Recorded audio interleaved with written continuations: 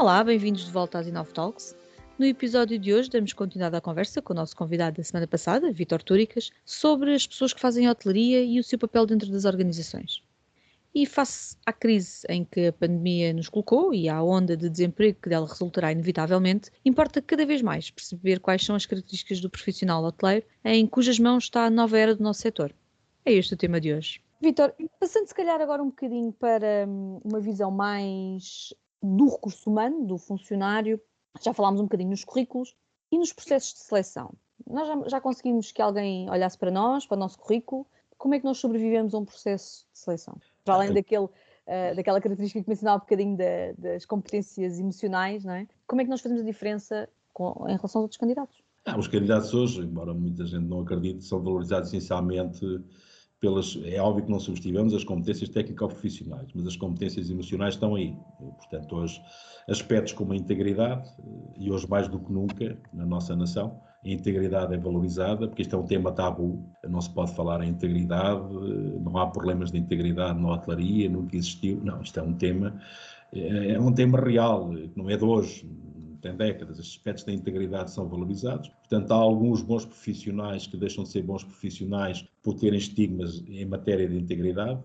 Portanto, esta é uma realidade. Falámos também noutra competência extremamente valorizada, que é o otimismo. Falamos noutra competência, que é a comunicação. Então vamos lá ver se eu for afásico, não posso ser um bom diretor de hotel. Podes, ok. Hoje, e você pôs o dedo na ferida há pouco, falamos em que? Informação. O otimismo nasce no berço? Não. É um processo de aculturação. Aculturação em termos que ninguém pode ter uma maior predisposição, mas há pessoas que acreditam ou eu nasço num berço comunicador ou nunca mais vou ser um excelente comunicador. Não.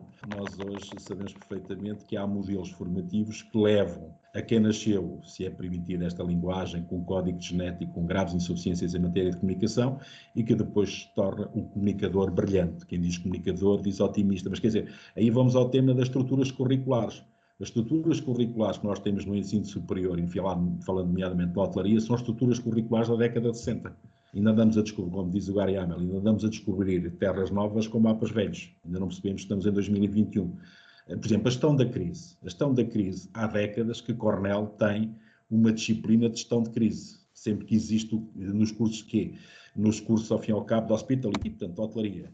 E nós vimos agora, por exemplo, Portugal está a viver um momento que ninguém percebe o que é isto da gestão da crise. Isto aprende-se. Alguns que é a divina providência. Eu tive o privilégio, trabalhava nos Tivolis, nunca mais me esqueço, quando veio a Lisboa, que não é do seu tempo, o Bill Clinton. Bill Clinton veio a Lisboa, e nunca mais me esqueço, trabalhava nos Tivolis, um americano a perguntar-me a mim onde é que tu tens um manual de gestão de crise. Sabia lá o que era o manual de gestão de crise. E aprendi o que era gestão de crise, a partir daí. Já lá vão décadas. Percebi que qualquer hotel que se preze tem que ter um manual, que é um documento estratégico de gestão de crise. Se existir um incêndio, o que é que eu faço? Se existir um cataclismo... o que é que nós dizemos? mas aqui não há incêndios, aqui não há furtos. Aqui não acontece nada. Aqui não há cataclismos, isto é Portugal, no Commons. Portanto, ainda andamos nesta moldura. Portanto, eu peço desculpa se calhar do entusiasmo, mas foi um pouco relacionado com estes temas, que é o problema de quê? Das estruturas curriculares. As estruturas curriculares têm que se ajustar, têm que se reinventar e têm que dar um passo ajusante, muitas vezes, de algumas pretensões de quem está no setor. Isto tem que ser dito mesmo assim. Estamos de acordo ou não? E se calhar não é preciso ver... Estamos perfeitamente de acordo. Temos que perseguir aos melhores. Temos que perseguir os melhores. Porquê é que as melhores instituições de ensino têm nas suas estruturas curriculares disciplinas que eu não tenho? Porque eu sou melhor, no Commons. Eles já tiveram essas disciplinas, hoje já não as têm. Ok? Reinventaram essas disciplinas. Aqui é que está o... Vamos lá ver se estou a carregar muito ao nível dos diretores. Mas aqui depois tem implicações em tudo.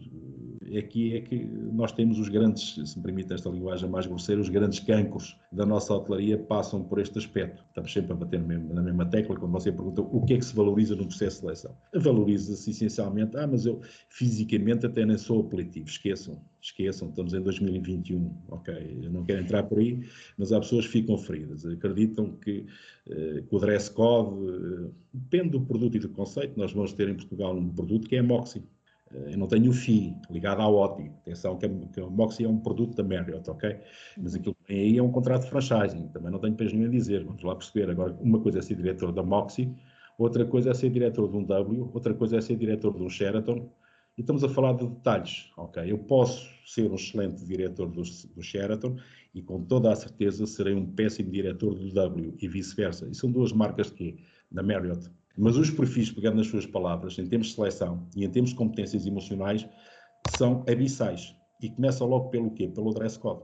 Às vezes não ligamos a estes aspectos, mas estes aspectos são extremamente relevantes. Okay? Há quem goste de andar de fato e gravata, há quem não aceita fato e gravata, quer dizer, falando do homem. É por aqui que começa tudo. Mas enfim, diga. Sim, o dress code, a própria postura e linguagem corporal são coisas que são efetivamente muito importantes e que muitas vezes são descuradas, não é? Você pôs o dedo na ferida em termos de comunicação. A relevância, nomeadamente das estruturas curriculares, da expressão corporal, isto aprende-se. A dicção, por aí fora, estes aspectos. Isto tem a ver com o quê? Com uma das competências que é a comunicação.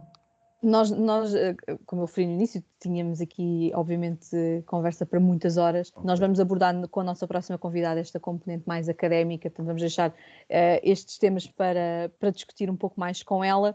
E vamos nos tentar focar aqui um bocadinho mais nos recursos humanos. Isto é um tema que a mim tem aqui um travozinho amargo, porque efetivamente eu comecei na hotelaria, como o Vítor sabe, e quando quis mudar a ficha, deparei-me com um problema, uma dicotomia, basicamente. Eu era muito nova para ser diretora de hotel, e, portanto, candidatar-me a cargos de direção não valia a pena, porque ninguém olhava para mim. Por outro lado, tinha currículo a mais, porque já tinha exercido alguns anos de direção hoteleira, para ter a oportunidade de ingressar numa equipa como uma diretora departamental, um chefe de secção, um recepcionista que fosse. E, na realidade, a única opção que eu tinha era omitir currículo para conseguir arranjar um emprego. E isto provoca-me aqui alguma revolta, porque, e daí há pouco a minha provocação com o fator C e com as recomendações, parece-me que a hotelaria ainda não é um setor que seja muito transparente e que valorize efetivamente as competências das pessoas. Eu sei que o Vítor tem uma experiência diferente pelos clientes e pelos candidatos que foi acompanhando ao longo da sua vida, mas de uma forma geral, temos que estar para fora? Temos que fazer aquele percurso de, assim que saímos da faculdade, começar como recepcionistas para depois termos a oportunidade de evoluir? Como é que os jovens podem, efetivamente, construir uma carreira? Uma vez, é um tema que não há receitas, não é? Como costuma dizer. Agora, vamos lá ver, voltando aí ao tema que como é que os jovens... Nós hoje já se vê, felizmente, quer em resorts, quer em hotéis de cidade, gente jovem na posição de direção.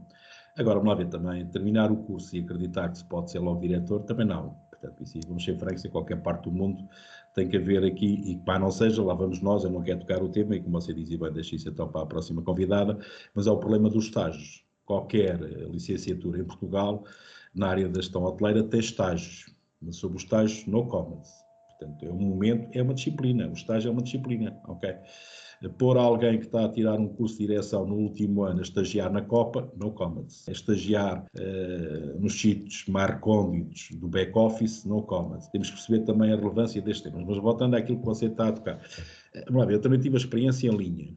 Antes de entrar na parte própria, já fazia consultadoria, sempre fiz, e mesmo estando em linha. Mas esse fator C, mesmo em linha, estava-me a recordar, na minha reta final, quando estive em linha, já lá vão umas décadas, talvez tenha sido, não tendo isto como pedantismo, o último momento que eu tive em linha foi no Estivolis, como assessor da administração para a área de recursos humanos.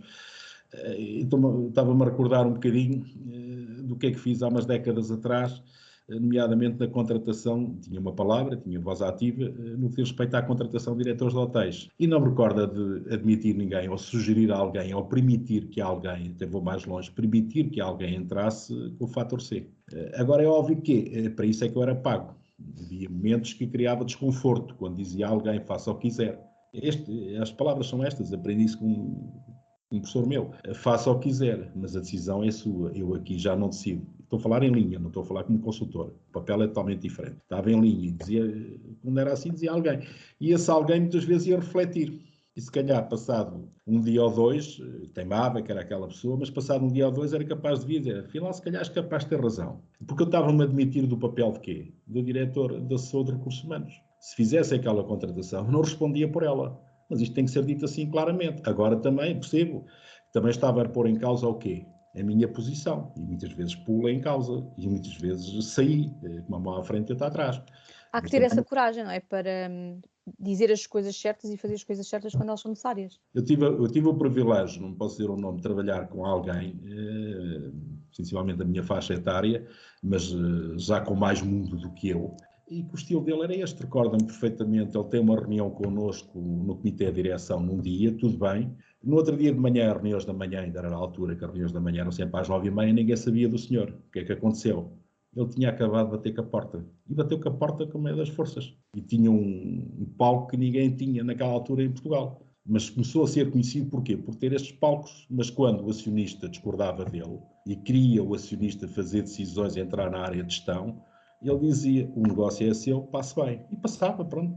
Claro. Andou ali um mês ou dois e, para surpresa de todos, nós dizemos está perdido, nunca mais vai conseguir o que teve aqui. E passado 2, 3 meses estava numa posição, se antes era diretor de operações, passou a Melhor. diretor de um grande grupo, um grupo internacional. Esses são exceções e felizmente nós vamos conhecendo alguns casos de bons profissionais e que vão fazendo a diferença e que vão tendo sucesso.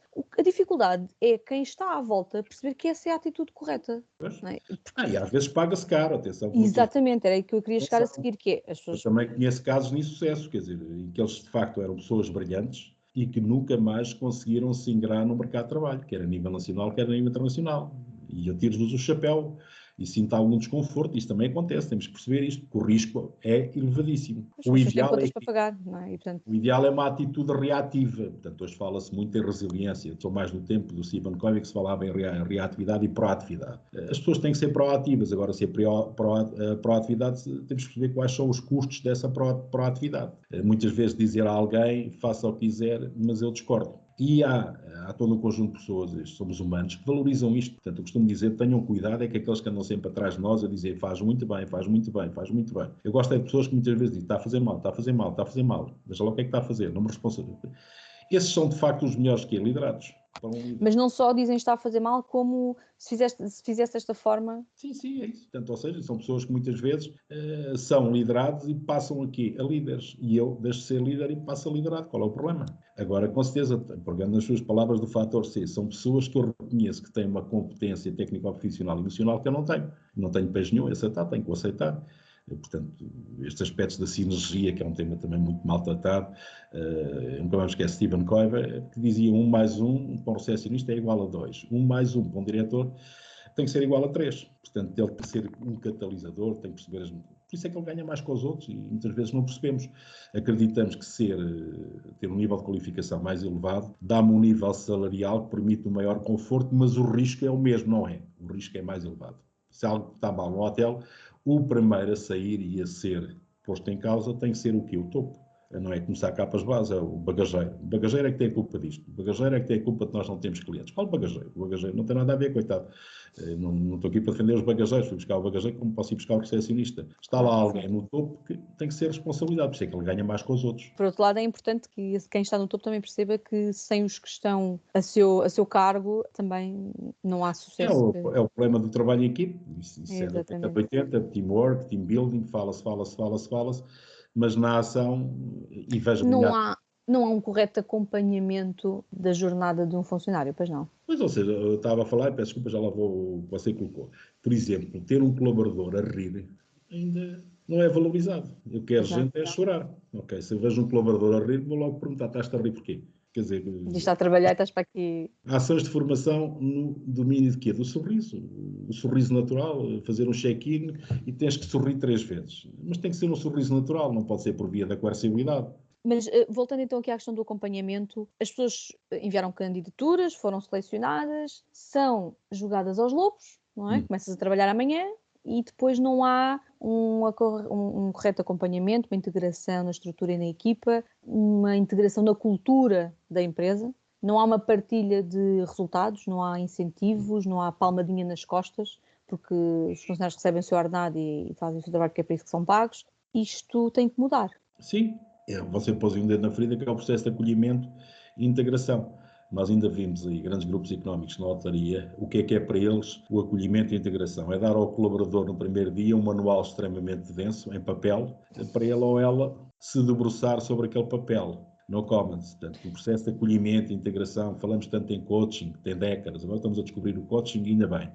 o tutor, o mentor, a relevância no quê? Nos processos de acolhimento e integração do tutor, do mentor. Há alguém que vai acompanhar e que vai permitir o quê? Desenvolver uma formação de jovem, qualquer que seja o nível de qualificação. Portanto, este é um déficit, quando são largados, como você dizia bem, são largados aos lobos. Eles vão para as unidades hoteleiras e as primeiras semanas não sabem quem é quem. E quem lá está também não sabe quem é aquela pessoa, sabe lá quem é. Isto depois cria aqui o quê? Que cria todo um conjunto de constrangimentos em termos de processos e em termos, se você disse muito bem, cada empresa tem uma cultura, a relevância nos processos de seleção da cultura. Pessoas se identificam, uma coisa é a cultura W, outra coisa é a cultura Sheraton, e a cadeia é a mesma. Mas as culturas, e peço desculpa da publicidade, são totalmente diferentes, para não dar exemplos de cadeias hoteleiras nacionais. O Pestana tem uma cultura que nada tem a ver com a cultura Vila Galé, nada tem a ver. E eu arrisco dizer que mesmo depois, dentro dessa mesma cultura, nesse mesmo grupo hoteleiro, de unidade para unidade, as coisas também funcionam de formas diferentes. Pela localização, pela estrutura, pelo diretor, pelo tipo de clientes, por uma série de questões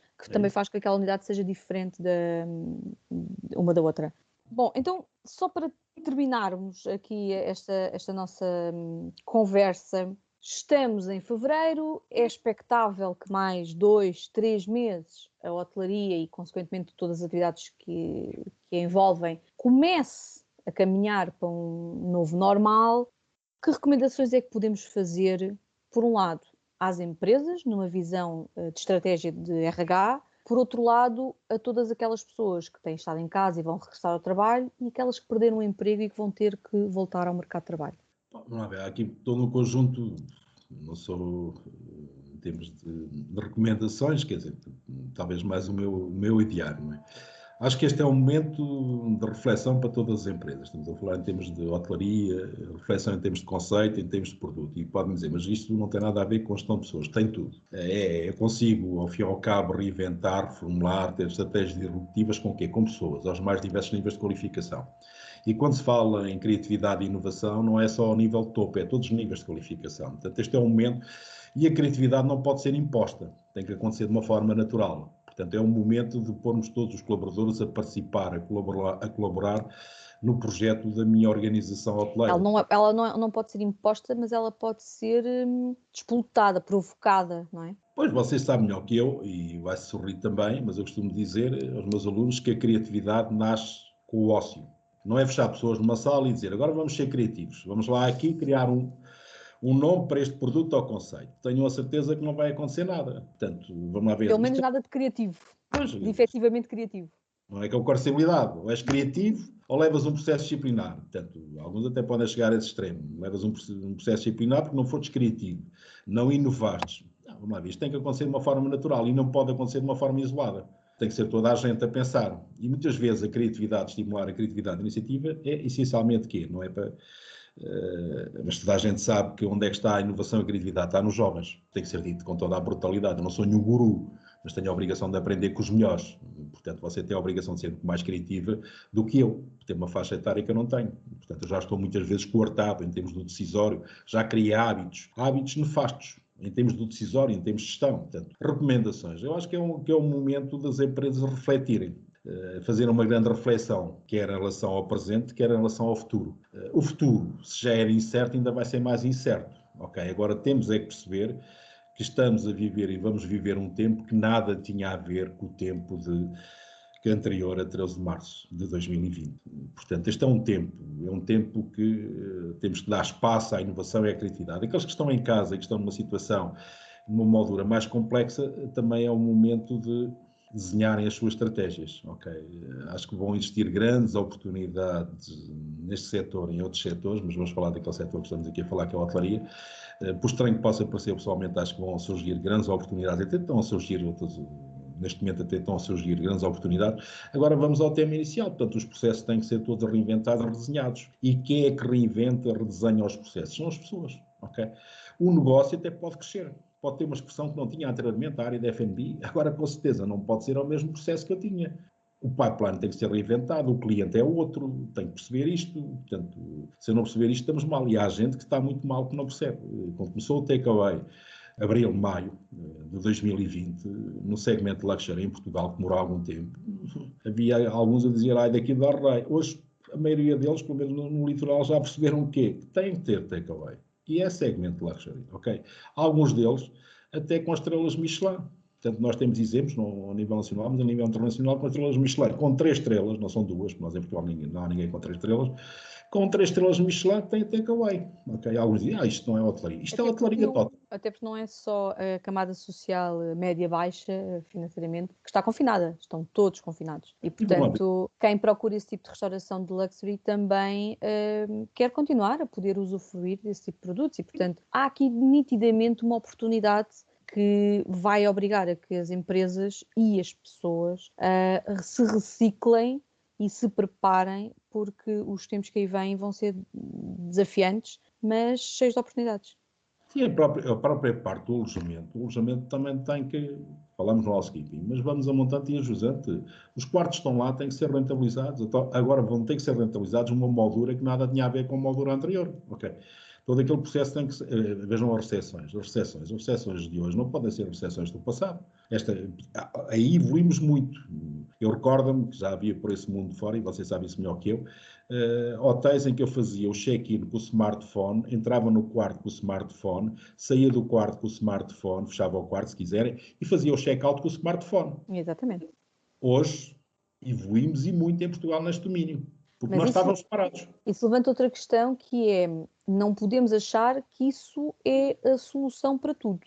É preciso montar essas tecnologias, e elas existem, estão disponíveis no mercado, mas não podemos ser, só me ocorre aquela imagem do cavalo com as palas, porque vai continuar a haver o outro tipo de clientes que não tem o smartphone, que o smartphone não está carregado, que não tem memória para descarregar a aplicação que faz o check-in e a abertura de portas, e, portanto, nós temos que ser mais versáteis nas decisões que tomamos e na implementação dos processos. Nós temos que conseguir chegar a todo lado.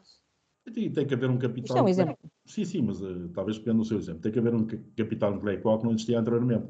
O cliente que tem smartphone, que até domina, ao fim e ao cabo, e está no mundo digital, mas que tem um problema qualquer, isto acontece no check-in.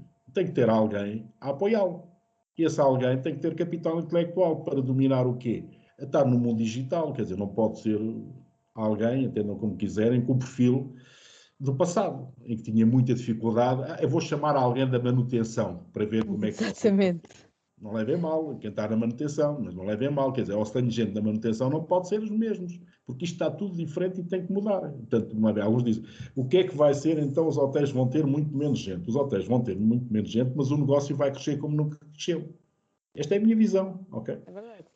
Portanto, e nós vimos aí alguns casos, que eram casos de insucesso, são muito poucos, e que neste momento são grandes casos de insucesso a nível nacional e internacional.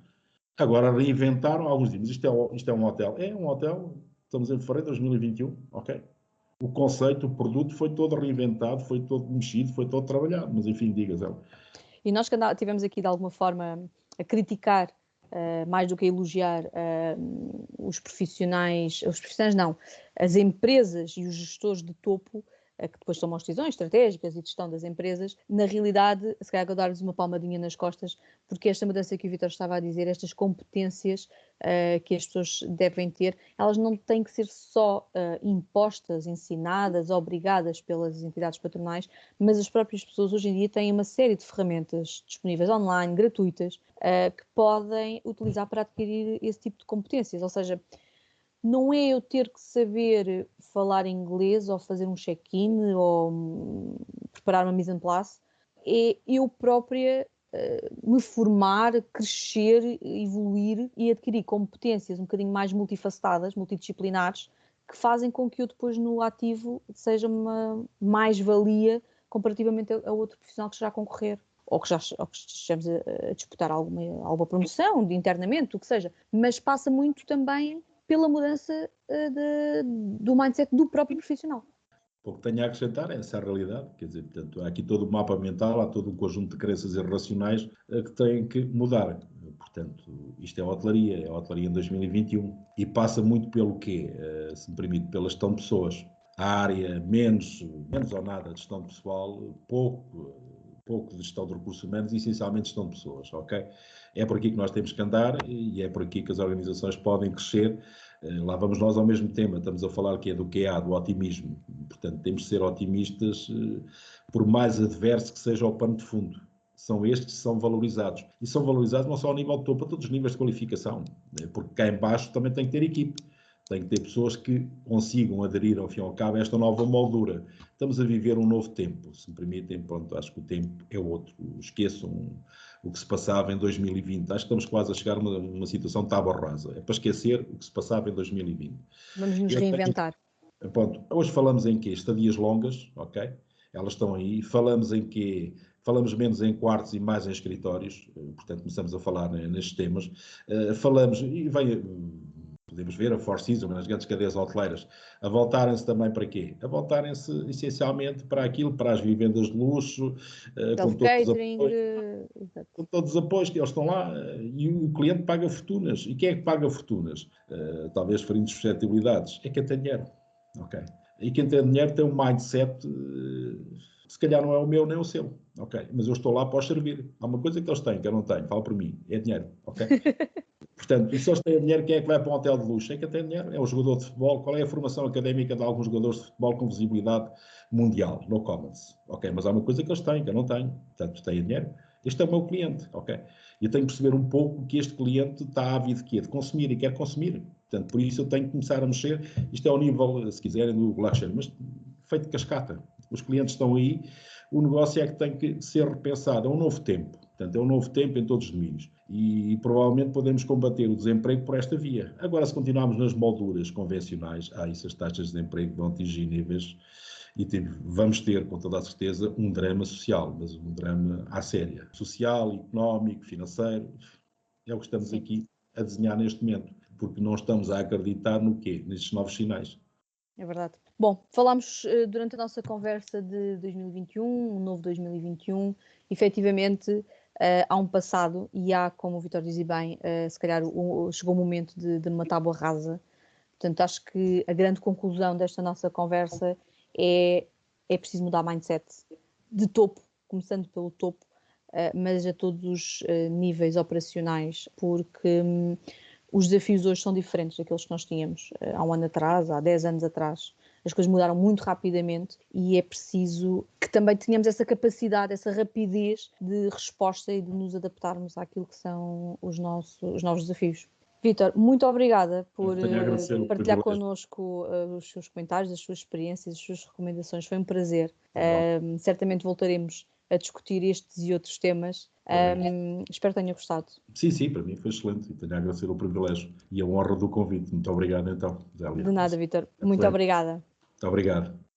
Chegamos assim ao final desta tão rica conversa e quase a chegar ao final desta nossa jornada e aventura. Para a semana, receberemos a nossa última convidada oficial desta segunda temporada, Mafalda Patuleia, que nos virá a trazer a perspectiva da academia, como referimos anteriormente, e o seu papel na formação dos ativos humanos de hotelaria, bem como na evolução do próprio setor. Tem sido uma viagem e tanto e esperamos que tenha gostado de a fazer connosco. E como a conversa não fica por aqui, queremos que partilhe connosco as suas opiniões, ideias, o seu feedback. Pode encontrar-nos no Facebook e no Instagram com o handle @inovtalks ou através do e-mail inovtalks@itbase.pt. Regressamos para a semana. Obrigada por estar desse lado e até lá.